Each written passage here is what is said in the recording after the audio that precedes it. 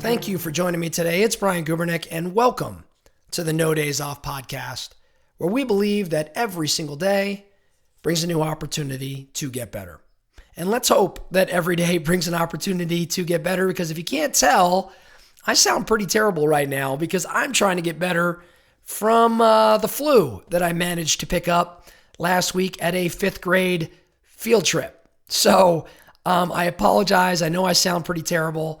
Hopefully, though, in the coming days, I start to sound a bit better, because I want to talk about a lot of important things here at No Days Off. And maybe the most important stuff I think we're talking about here as of late are our core value words. We've been running a core value word series. We've covered 4 words so far: grit, integrity, generosity, and courage. These core value words, these are the words that guide the decisions we make, how we act, how we lead. It's what the No Days Off Nation stands for. We're gritty. We act with integrity. We're generous. We act with courage. Today, we're going to talk about the core value word number 5, which is humility. Now, what is humility? Humility is a modest or low view of one's own importance.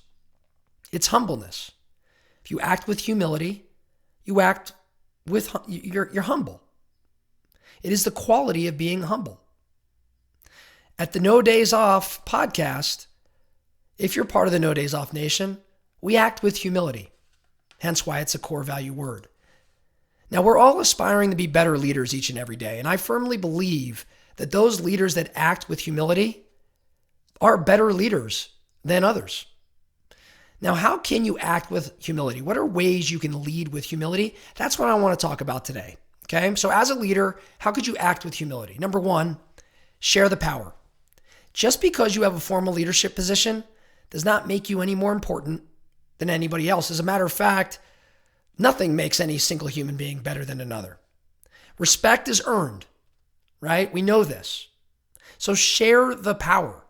Just because you have a title doesn't mean you own the power. Those that act with humility, they share the power. As a matter of fact, they may influence decisions more than anybody else around them knows, because they don't have a desire to be out front. When you act with humility, you are sharing the power. You're allowing others to thrive. And you may be even taking a step back just to do that. Number 2, if you're going to lead with humility, you got to think and act on behalf of others instead of yourself. Having humility demands that we put our self-importance and our pride aside. And this is pretty hard. We've got to quiet our egos. We got to do the opposite of what our survival instinct forces us to do innately, which is to look after ourselves. C.S. Lewis said that humility is not thinking less of yourself, it's thinking of yourself less. I love that quote. So if you want to lead with humility, think and act on behalf of others instead of yourself. Number 3, give away the credit. I think that as a leader, it is your job to take all bullets. If there's a problem, you step in front of that bullet, you take it on. You accept the responsibility for that problem or even that failure. But when there's a victory, when the team thrives, you step out of the way and you give away the credit. That's what acting with humility is about. Gifting the credit of achievements to others for something that you may have put some hard work into getting done is sometimes seen as the ultimate injustice. I see it as a sacrifice. I see it as a sacrifice made by those that thrive or that really aim to operate with humility. Those with humility know there's absolutely nothing worthy of celebration that can possibly be achieved alone. And that ultimately the success of the organization is always a reflection of and a credit to you, whether you get any praise for it or not, right? So you don't need the spotlight, you give away the credit. Next thing I think about in terms of operating with humility, leading with humility, graciously recognize and acknowledge your mistakes and acknowledge your areas for improvement. I think the most honorable leaders, the most humble leaders, the most courageous leaders, they acknowledge their errors. Showing those people above you, those below you, that you have self-awareness and that you have emotional intelligence, to admit the times where you've acted, maybe in the wrong way, or you made a poor decision, that shows that you're humble. It shows that you have humility. You are modeling a behavior and hopefully influencing those around you.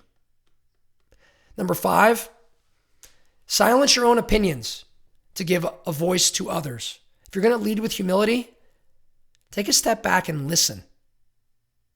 Listen to others before you chime in, if you even do chime in. Now, this is really challenging, I think, for most leaders because, a lot of leaders are pretty insightful. They probably do have a lot of strong opinions that are oftentimes right. Sometimes these opinions, you feel provoked to share or even defend your character or your decisions or your skill set or your integrity. But you've got to put your ego aside. Again, this is the part of us that's designed for survival. Accept other people's opinions and resist the desire to say your piece. Just because you do that doesn't make you submissive or weak.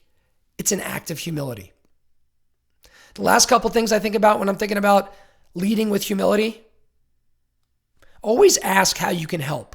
We've heard about this term, servant leadership. Servant leadership is a philosophy of leadership that encourages the leader to share their power for the greater good of the organization and the greater good of the people that form that organization. And we could all help more and tell a little less, I think, as leaders. Tell less. So ask how you can help. Practice servant leadership. Next, believe that everyone's inherently good and trust in others completely. This takes a big act of humility. Leaders who build the most effective teams and the strongest cultures are the ones who trust completely without question and continue to give everyone the benefit of the doubt until they unquestionably prove to have some sort of malicious intent. The best leaders trust. They don't waste their time pointing fingers and not trusting others. If it doesn't work out, so be it. But it makes you mentally healthier and more emotionally stable if you just simply trust. This is an act of humility. Lastly, make sure that you assess, evaluate, and review, but never judge. Leaders that act with humility, they assess, they evaluate, they review, but they don't cast judgment. They look at facts. Your staff, the people you're leading, depend on you for feedback. And they depend on you to deliver it without prejudice and without judgment. Now, in order to review without judgment, you've got to have some humility.